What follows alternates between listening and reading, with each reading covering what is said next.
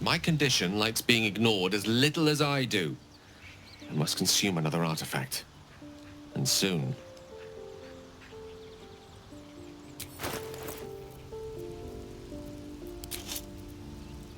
Thank you.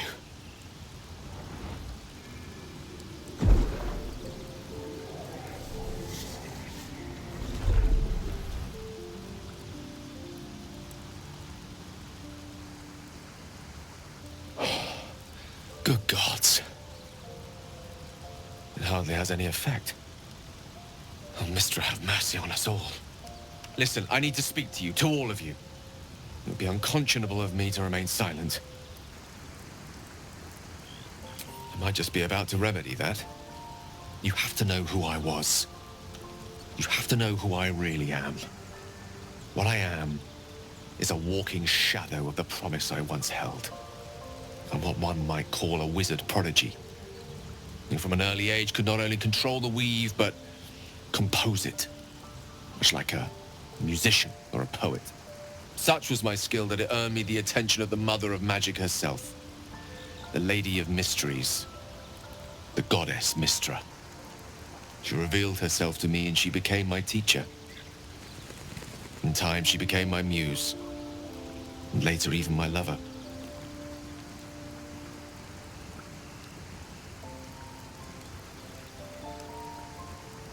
I am, after all, the villain of the tale. We enjoyed each other's company. Body, mind, and soul. But even so, I desired more.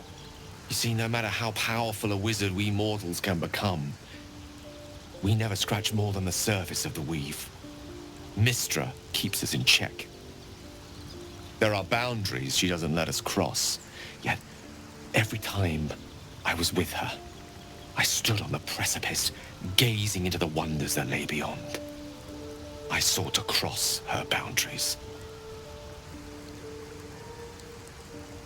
I tried to convince her. I pouted, I pleaded, swore my ambition was only to serve her better. She only smiled and told me to be contented. But inconceivable as it seems to me now, I shared a bed with a goddess, yet I wasn't satisfied. So I sought to prove myself worthy to her instead. We come now to the crux of my folly. Shall I share the story behind it, or would you rather head straight to its sordid finale? Very well. Here goes. Once upon a very long time ago, a mighty lord lived in a tower. A flying tower, to be precise. I'll save his history for another time, but the gist of it is that he sought to usurp the goddess of magic so that he could become a god himself. And he almost managed, but not quite. And his entire empire, Netheril, came crashing down around him as he turned to stone. The magic that was unleashed that day was phenomenal. Roiling like the prime chaos that outdates creation. Even the weave itself could not withstand the onslaught. It fractured, then shattered, and all magic was lost to the mortal realms, until the day Mystra returned. She restored the weave, reuniting all its scattered shards. Or so I thought. Until, in the course of my studies, I learned of a book. A Netherese tome in which a piece of the fractured weave had been sealed beyond her reach. What if, I thought, what if, after all this time, I could return this lost part of herself to the goddess? The answer was to try. The outcome was to fail. I was certain that this deed of raw power, draped in romance, would convince Mystra to take me by the hand and welcome me into her hitherto forbidden domains. I was mistaken. I obtained the fabled book and took it into my study. As for what happened next... Here. Place your hand over my heart. Let me show you.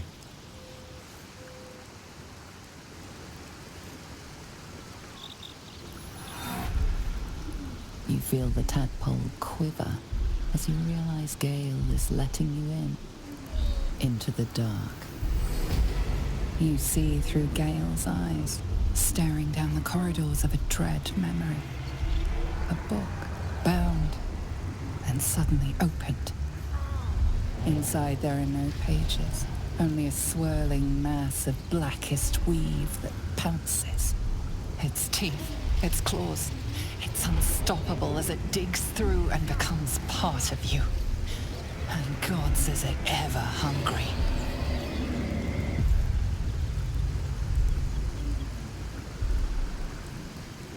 Thankfully, the moment I absorbed the fragment wasn't enough to kill me outright. It was only the beginning.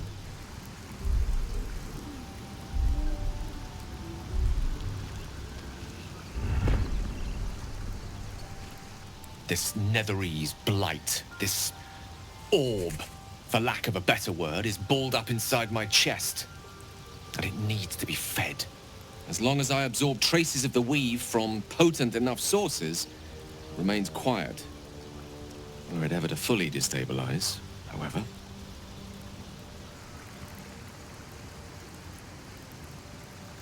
Rather worse, actually. I will erupt. I don't know the exact magnitude of the eruption, but given my studies of Netherese magic, I'd say even a fragment as small as the one I carry, it'd level a city the size of Waterdeep.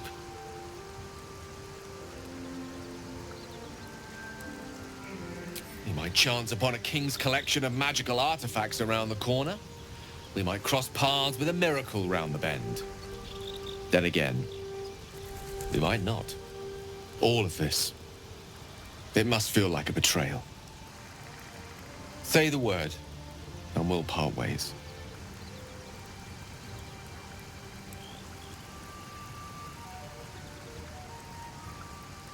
Once I'd step out of the protective aura of the artifact, it wouldn't be long before the Absolute overtakes me.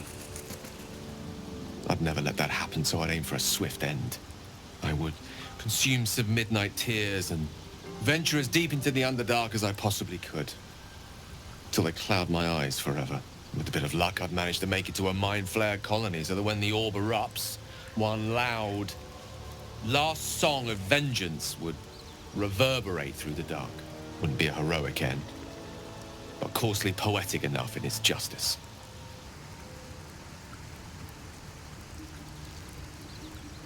That is a great relief. Oh, a great relief indeed. You truly are a soul that steals my own. From all my new rallied heart, I thank you. I thank you all. I understand if you stand against me. I'm humbled if you stand with me. Either way, I will do my best not to let you down. I stand at a precipice, but if you do not give up hope, neither shall I. I'll fight. I'll resist as long as I can.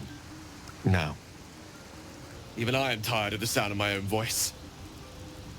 Let us venture forth.